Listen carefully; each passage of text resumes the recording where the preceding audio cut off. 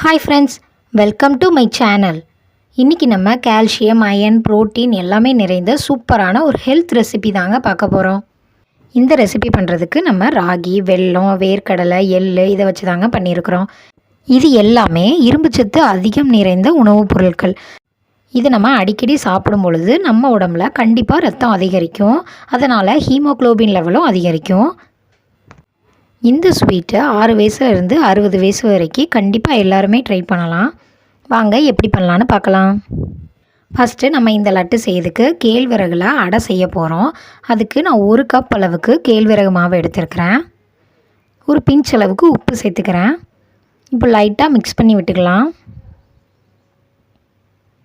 Mix பண்ணிவிட்டு கொஞ்சமாக தண்ணி சேர்த்துக்கோங்க.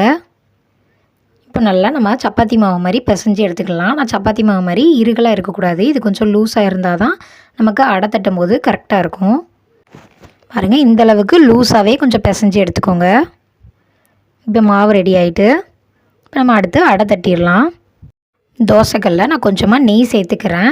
நீங்கள் இதுக்கு பதிலாக நல்லெண்ணெய் கூட யூஸ் பண்ணிக்கலாம். இப்போ நம்ம ரெடி பண்ணி வச்சுருந்த கேழ்வரகு மாவில் நான் 2 அடையாக தட்டி எடுத்துக்கிறேன். ஃபஸ்ட்டு கொஞ்சம் மாவு எடுத்து இந்த மாதிரி தட்டி விட்டுக்கோங்க. லைட்டாக தண்ணியில் கையை நனைச்சிட்டு தட்டி விடுங்க. அப்போ தான் உங்களுக்கு ஒட்டாமல் வரும், இல்லைன்னா ஒட்டும். நீங்கள் அடை தட்டும் போது ரொம்ப மெல்லிசாவும் தட்டிடாதீங்க, அதே மாதிரி தடிமனாகவும் தட்டிடாதீங்க. ஓரளவுக்கு மீடியமாக பார்த்து தட்டிக்கோங்க. பாருங்கள், இந்தளவுக்கு தட்டி எடுத்துக்கலாம். இப்போ மேலே உள்ள தண்ணியெல்லாம் கொஞ்சம் ட்ரை ஆகிட்டு இந்த டைமில் கொஞ்சம் திருப்பி விட்டுக்கலாம். லைட்டாக கீ அப்ளை பண்ணிக்கிறேன். அடுப்பு சிம்லே வச்சுக்கோங்க. அப்போ தான் நமக்கு கேழ்வரகு நல்லா வேகும். 2 சைடும் நல்லா நெய் அப்ளை பண்ணி திருப்பி திருப்பி போட்டு வேக வச்சு எடுத்துக்கோங்க. இந்த அடை நல்லா வேகணும். ஏன்னா கேழ்வரகு மாவு வேகாமல் சாப்பிடும்போது சில பேருக்கு பிடிக்காது. அதனால் நல்லா வேக வச்சு எடுத்துக்கோங்க. பாருங்கள், இப்போ நல்லா வெந்துட்டு இப்போ நான் எந்த கப்பால் மாவு எடுத்தனோ அதே கப்புக்கு 1/2 கப் அளவுக்கு வேர்க்கடலை எடுத்துருக்கிறேன். அதை நல்லா வறுத்து எடுத்துக்கிறேன். நீங்கள் வறுத்த வேர்க்கடலை எடுத்திங்கன்னா அப்படியே கூட சேர்த்துக்கலாம். பாருங்கள், இப்போ நல்லா வறுத்தாச்சு. இப்போ நம்ம எடுத்து வச்சுருந்த அடை நமக்கு நல்லாவே ஆறிட்டு பாருங்கள் உள்ளெல்லாம் எந்த அளவுக்கு வெந்திருக்குன்னு. ஒரு வேளை உள்ளே வேகாமல் உங்களுக்கு மாவாக இருந்துச்சுன்னா நீங்கள் திருப்பியும் போட்டு எடுத்துக்கலாம். இப்போ சின்ன சின்ன பீஸாக நான் கட் பண்ணி எடுத்துக்கிறேன். எல்லாத்தையும் கட் பண்ணியாச்சு. ஒரு மிக்ஸி ஜார் எடுத்துக்கிறேன். அதில் நம்ம வறுத்து வச்சுருந்த வேர்க்கடலையை சேர்த்துக்கிறேன். இதை லைட்டாக கொரகொரப்பாக அரைச்சி எடுத்துக்கோங்க, ரொம்ப அரைச்சிடாதீங்க. பாருங்கள், இந்தளவுக்கு அரைச்சா போதும்.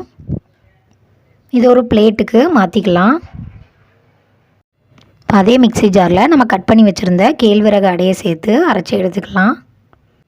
இது நீங்கள் சூடோடு சேர்த்திங்கன்னா உங்களுக்கு சரியாக அரைப்படாது, உருண்டையாக ஆயிரும்.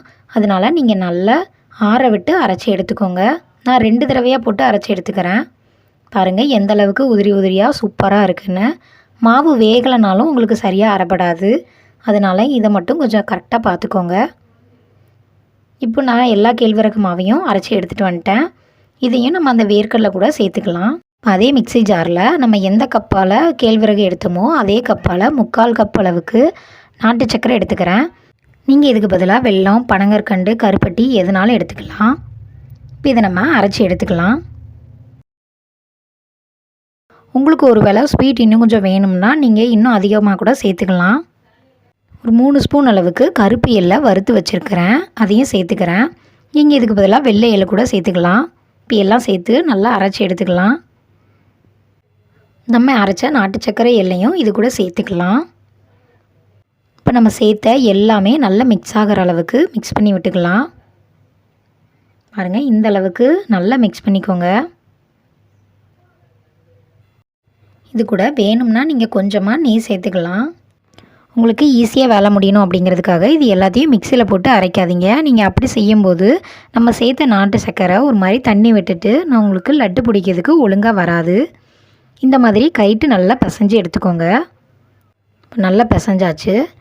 இப்போது இதை டைட்டாக நல்லா லட்டு பிடிச்சி எடுத்துக்கலாம். நம்ம உடம்புல ஹீமோக்ளோபின் அதிகரிக்கணும் அப்படின்னா நம்ம சாப்பிட்ற சாப்பாட்டில் புரோட்டீன், கால்சியம், அயன் 3மே சரியான விகிதத்தில் இருக்கணும். அப்போ தான் நமக்கு ரத்தம் வேகமாக ஊறி ஹீமோக்ளோபின் அதிகரிக்கும். இந்த சிமிலி உருண்டையில் அந்த 3மே சரியான விகிதத்தில் இருக்குது.